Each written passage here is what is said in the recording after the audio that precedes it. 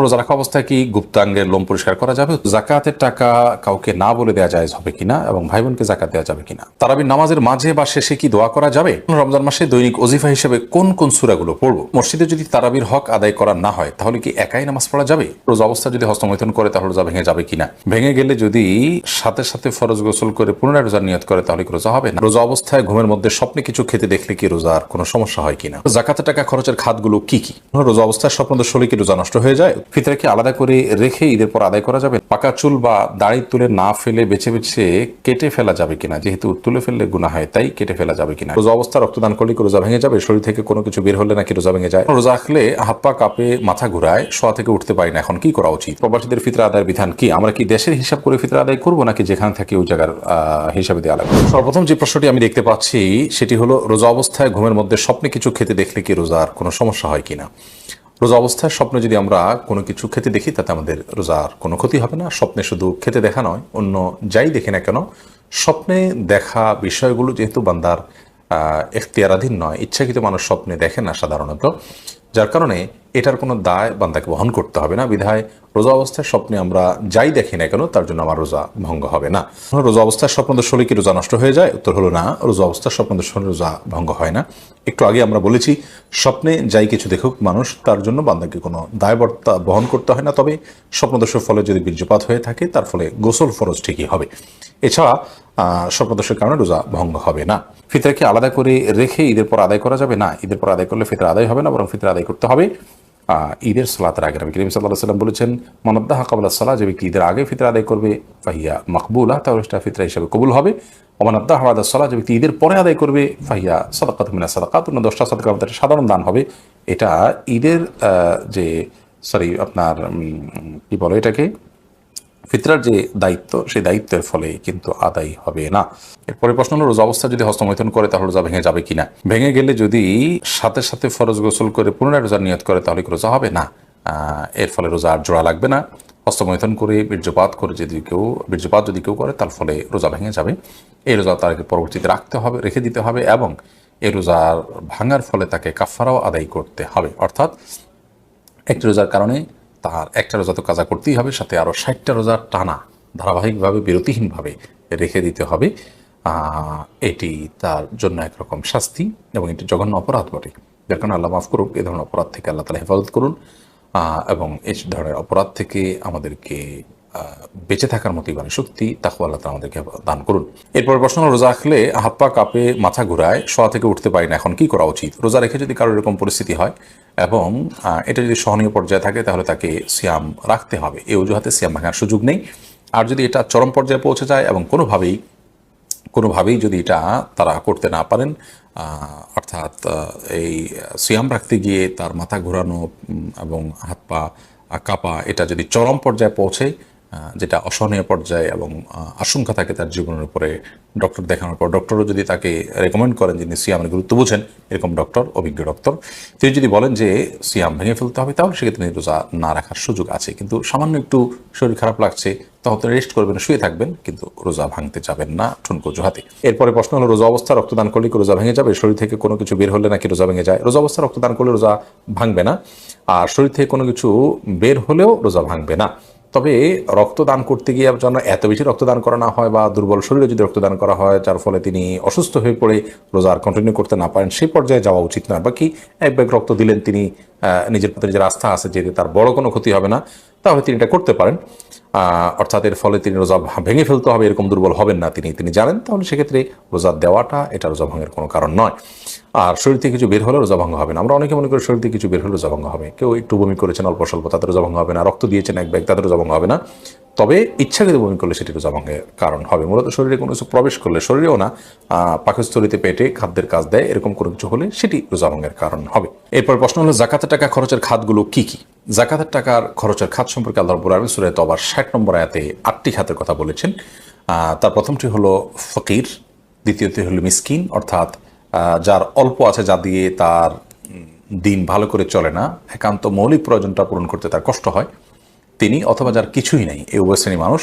আর তৃতীয়ত হলেন ওয়াল আমিলিনা আলাইহা, জাকাত কালেকশনে যারা নিয়োজিত থাকেন তাদেরকে ইসলামী রাষ্ট্র বেতন হিসেবে জাকাত থেকে দিতে পারবে, যারা জাকাত কালেকশনে থাকবে।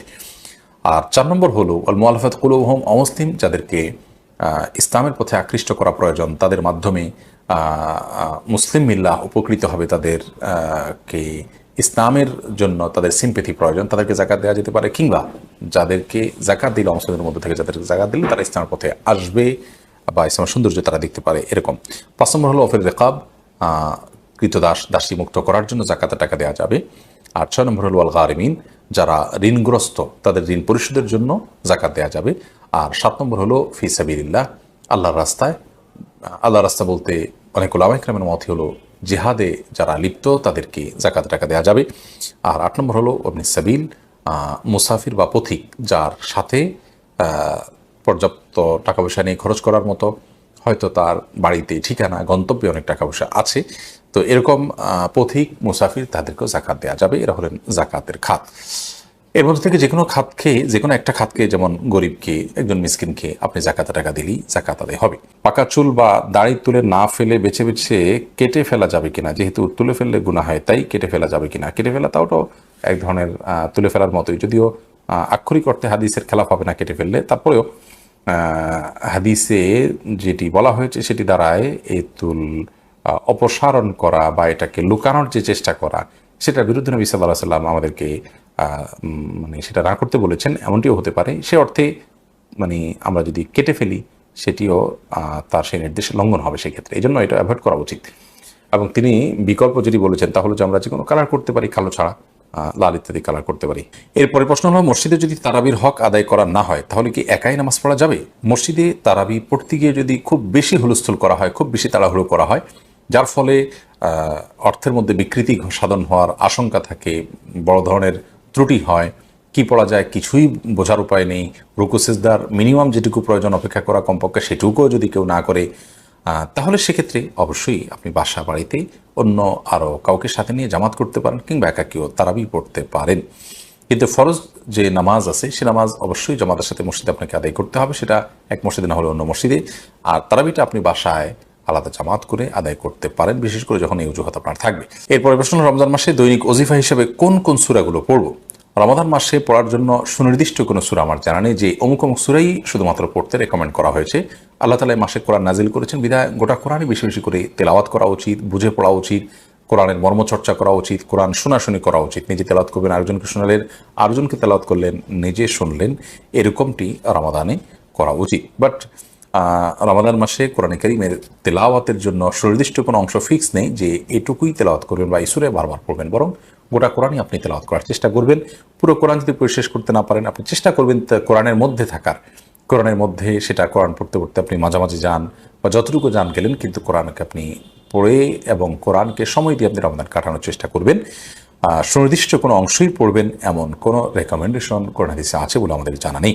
মাজিদুল ইসলাম আপনি লিখেছেন, প্রবাসীদের ফিতরা আদায়ের বিধান কি? আমরা কি দেশের হিসাব করে ফিতরা আদায় করবো, নাকি যেখানে থাকি ওই জায়গার হিসাবে দেওয়া লাগবে? আপনি যেখানে থাকেন সেখানকে হিসাব করে আপনি ফিতরা দিবেন। তারাবির নামাজের মাঝে বা শেষে কি দোয়া করা যাবে?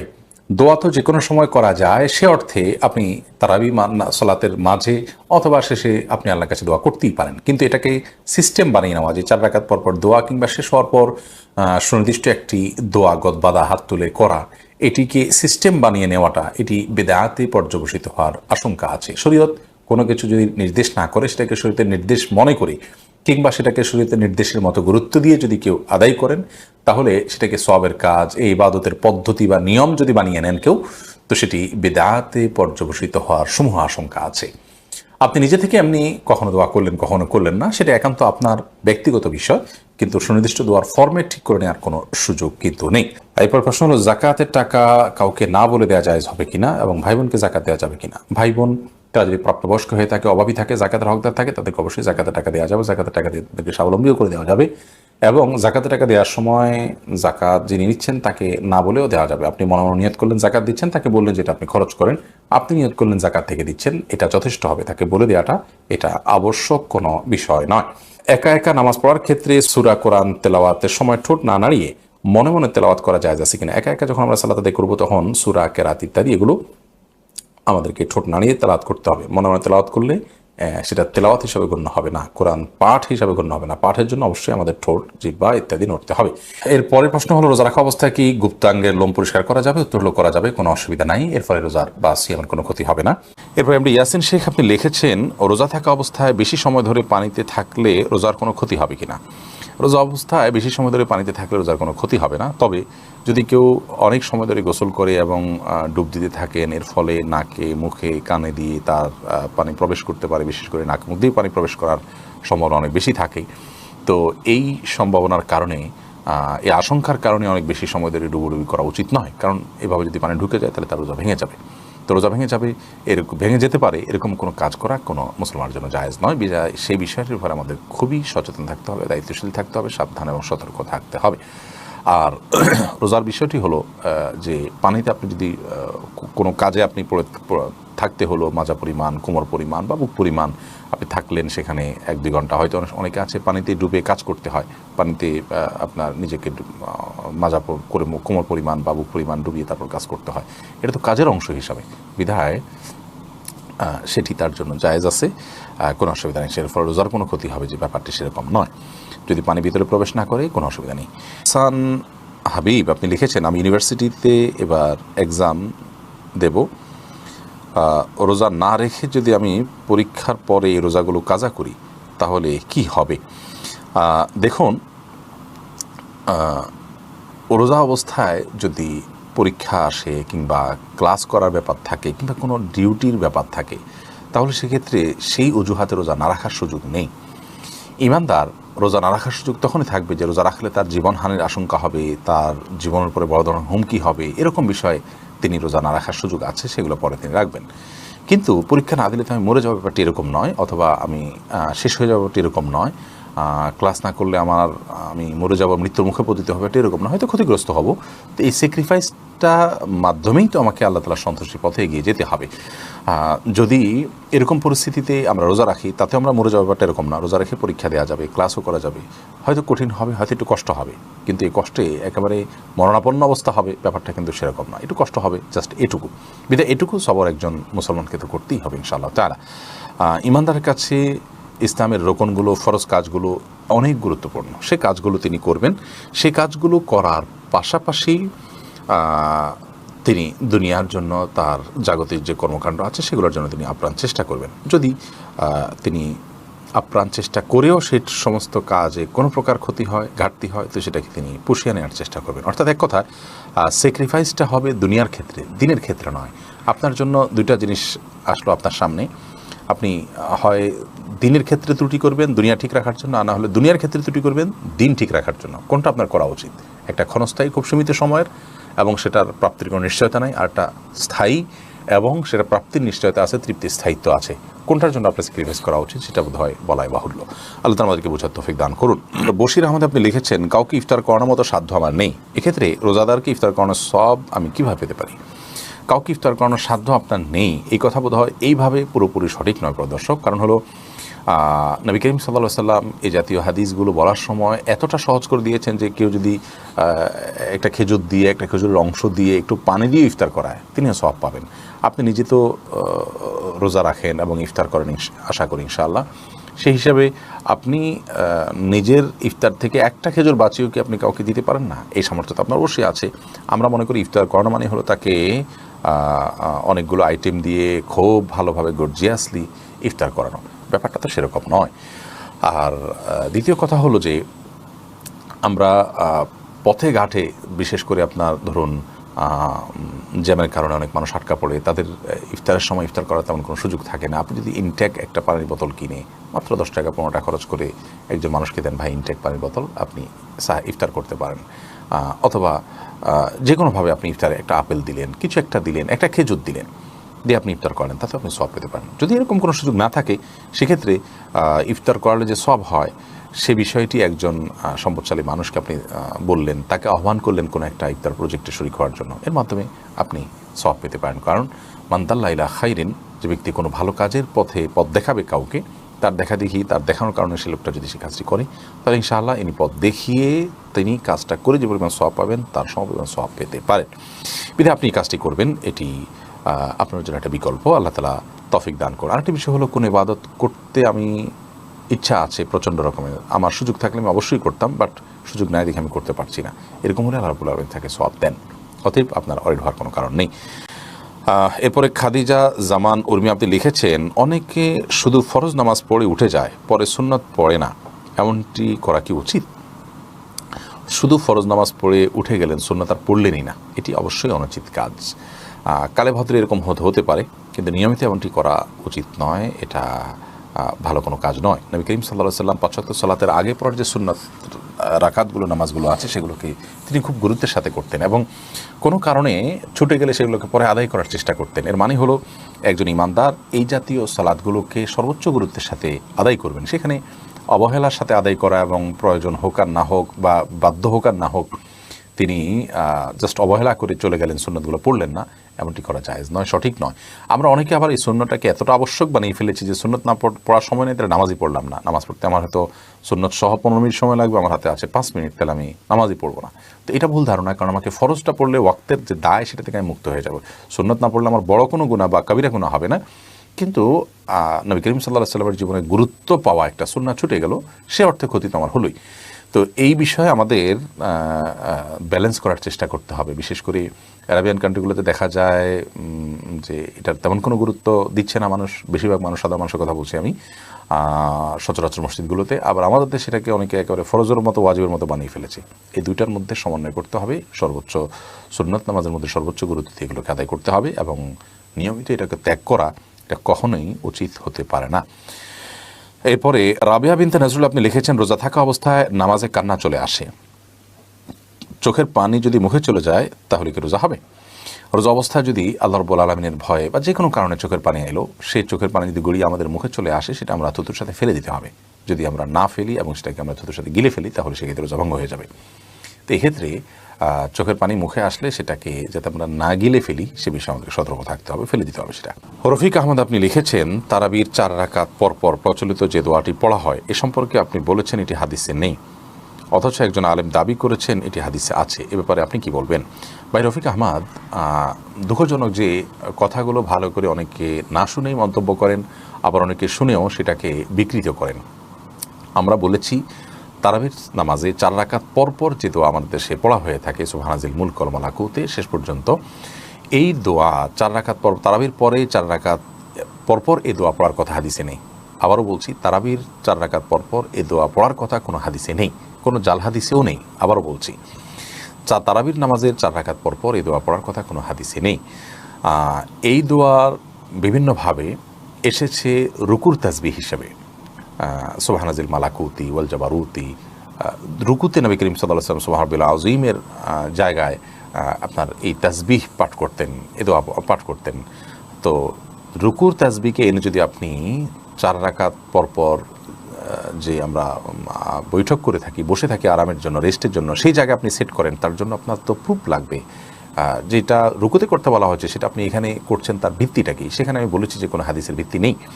তো সেই মর্মে যদি কোনো হাদিস থাকে যে হ্যাঁ তারাবির পর 4 রাকাত পরপর এই দোয়া পড়ার কথা বলা হয়েছে, তাহলে সেটা উপস্থাপন করা যেতে পারে। কোনো হাদিস তো নেই। ফতোয়া শামিতে আছে, ফতোয়া শামিতে থাকার মানে তো হাদিস নয়, ফতোয়া শামি তো ফতোয়ার কিতাব। ফতোয়ার কিতাবে যদি কোনো কথা থাকে, কোনো আমলকে সুন্নাহ বলা হয় কথার কথা, কিন্তু হাদিসে তার কোনো প্রুফ না থাকে, তাহলে এটাকে আমরা সুন্নাহ বলতে পারি না। তো আমি যেটা বলেছি এটা পরিষ্কার যে 4 রাকাত পরপর, তারাবির 4 রাকাত পরপর এই দোয়া পড়ার কথা কোনো হাদিসে নেই। অতএব এই দোয়া আছে অন্য কোথাও পড়ার জন্য, সে হাদিস এনে যদি আপনি 4 রাকাত পরপর পড়ার বিষয়টি প্রমাণ করেন, তাহলে সেটা তো অবশ্যই অগ্রহণযোগ্য এবং হাস্যকর হবে। আশা করি বিষয়টি পরিষ্কার হয়েছে। আসানুল হক আপনি লিখেছেন, রমজানের তারাবির ফজিলত কি? সেই রমজানের তারাবির ফজিলত কি সেই ব্যক্তি পাবে যে এশার ফরজ আদায় করলো এক মসজিদে আর তারাবি অন্য মসজিদে? ইমামের সাথে সালাত শেষ করার অর্থ কি? কোনো কোনো ক্ষেত্রে ইমাম তো সালাতে শুধু ফরজ নিজে পড়ান, বাকি তারাবি অন্য কেউ পড়ায়, অতঃপর তিনি ভিতর পড়ান। এক্ষেত্রে ইমামের সাথে কিয়াম করার স্বরূপ কি? মাঝের তারাবি না পড়ে শুধু ভিতর ইমামের পিছনে পড়া কি এর অন্তর্ভুক্ত? ভাই আসানুল হক, হাদিসের যে ভাষ্য সেটা হলো মানসাল এশা মা আল ইমাম, যে ব্যক্তি ইমামের সাথে এশা পড়লো, এরপর ইমাম যাওয়ার পর সে গেল, তার মানে এশা থেকে নিয়ে ইমাম যাওয়া পর্যন্ত সে থাকবে পুরো সালাতে, যত সালাত হবে সেটা তারাবি হোক ভিতির হোক সবগুলোতে সে অংশগ্রহণ করবে। এই ব্যক্তির জন্য সারা রাত জেগে ইবাদতের সওয়াব লেখা হবে। এখন কেউ যদি এই কাজটি না করেন, এশা পড়ে আরেক মসজিদে চলে ভিতির পড়লেন, তাহলে তিনি তো এই হাদিসের উপর আমল হলো না, কারণ ইমামের সাথে তিনি শেষ পর্যন্ত থাকলেন না। কোনো কারণে তার যাওয়ার প্রয়োজন থাকলে তিনি যেতে পারেন, সেটা জায়েজ আছে, বাট এই সবটা তিনি আর পাচ্ছেন না। অতএব এই সব পেতে হলে শেষ পর্যন্ত থাকতে হবে, সেটা ইমাম তারাবি পড়ান বা না পড়ান। ইমাম তো আছেন সেখানে, এসব পড়েছেন, এরপর ইমাম আছেন, অতএব তিনিও সেখানে থাকবেন এবং ভিতির পড়ানো পর্যন্ত অপেক্ষা করবেন। আহমদ রাহিম আপনি লিখেছেন, তারাবি নামাজ না পড়লে কি রোজা হবে? জি ভাই, অবশ্যই রোজা হয়ে যাবে। রোজার সাথে তারাবি নামাজের সম্পর্ক এরকম নয় যে একটা না করলে আরেকটা হবে না, দুইটা স্বতন্ত্র ইবাদত। তারাবি কোনো কারণে পড়তে না পারলেও রোজা আপনাকে রাখতেই হবে এবং হয়ে যাবে। আর রাবিয়া রানী আপনি লিখেছেন, রোজার সময় ভুল করে কিছু খেয়ে ফেললে ওই রোজার পরিবর্তে কি আরেকটা রোজা রাখতে হবে? রোজার সময় ভুল করে যদি কিছু আপনি খেয়ে ফেলেন তাহলে সেক্ষেত্রে তার জন্য আরেকটা রোজা রাখতে হবে না, কারণ ভুল করে খেয়ে ফেললে সেটা মাফ। এবং এক্ষেত্রে আপনার বিভিন্ন হাদিসের সুস্পষ্ট বক্তব্য রয়েছে, যার কারণে রোজা রেখে রোজার কথা আপনার মনে নেই, আপনি খাচ্ছেন, হঠাৎ মনে হলো, তারপর আর খাওয়া ছেড়ে দিয়েছেন, মনে হওয়ার পর আর আপনি গিলেন নেই, তাহলে সেক্ষেত্রে আপনার এই রোজা ভঙ্গ হবে না এবং এর কারণে আরেকটা রোজা রাখতে হবে না। এমডি আরমান আপনি লিখেছেন, আমি আপনার সব ভিডিও দেখি, আপনার কথাগুলো খুব ভালো লাগে। আমি ছোটোবেলা থেকেই রোজা রাখি, পিরিয়ড হলে রোজা হয় না জানা সত্ত্বেও পিরিয়ড হলে আমি সবার সাথে সাহারি খাই। রমজান মাস তাই দিনের বেলা কিছু খেতে ইচ্ছা করে না, এদিকে আমার গুনাহ হবে? এটা কি আল্লাহর আদেশ অমান্য করার পর্যায়ে পড়বে? আমি ভাবি যে পিরিয়ড হলেও রমজান মাসে না খেয়ে সংযম করলে আল্লাহ খুশি হবেন। আমার ধারণা কি সঠিক না ভুল? দেখুন, এটা আপনার ভুল ধারণা। রমজান মাসে আপনি যদি এরকম ধারণা করেন যে আমি না খেয়ে থাকলে আমার সওয়াব হবে না, এটা ভুল ধারণা। আপনি বরং খাবেন। হ্যাঁ, একটা কাজ আপনি করতে পারেন যে পরিবারের অন্য সদস্যরা আছে, আপনার পিরিয়ড হয়েছে, এটা তারা জেনে যাবে, জিনিসটা অড, সেজন্য আপনি তাদের সাথে সারি খেলেন এবং দিনের বেলা আপনি তাদের সামনে খেলেন না, সেটা ভিন্ন বিষয়। বাট আপনি না খেয়ে কষ্ট করে থাকলেন সওয়াবের আশায়, এটা আপনার জন্য জায়েজ হবে না। এমনিতে আপনার খেতে ইচ্ছা করেন, আপনি খেলেন না, সেটা ভিন্ন বিষয়। আয়েশা সিদ্দিকা, ছোটো বাচ্চা থাকা 20 রাকাত তারাবি নামাজ পড়তে পারে, কষ্ট হয়, সেক্ষেত্রে নামাজ কমিয়ে পড়া যাবে কিনা? কখনো আপনি অসুবিধা হলে কম পড়লেন, কোনো অসুবিধা নেই। নফল যেহেতু এটা আপনার অসুবিধার কারণে আপনি একটু কম পড়লেন বা ভেঙে ভেঙে পড়লেন, এই সুযোগগুলো কিন্তু আছে। তাহিয়া আপনি লিখেছেন, সাহরির সময় শেষ সময় ঘোষণা করা হলেও যদি পানি খেলে বা অল্প কিছু খেলে রোজা ভেঙে যাবে কি? সাহরির সময় শেষ, এটা যদি আপনি নিশ্চিত হন টাইম শেষ হয়ে গেছে, তারপরে যদি আপনি পানি অথবা মেডিসিন বা যাই খান, অল্প যদি খান, তাতে রোজা ভাঙা হবে এবং এই রোজাটা আপনাকে পরবর্তীতে রেখে দিতে হবে।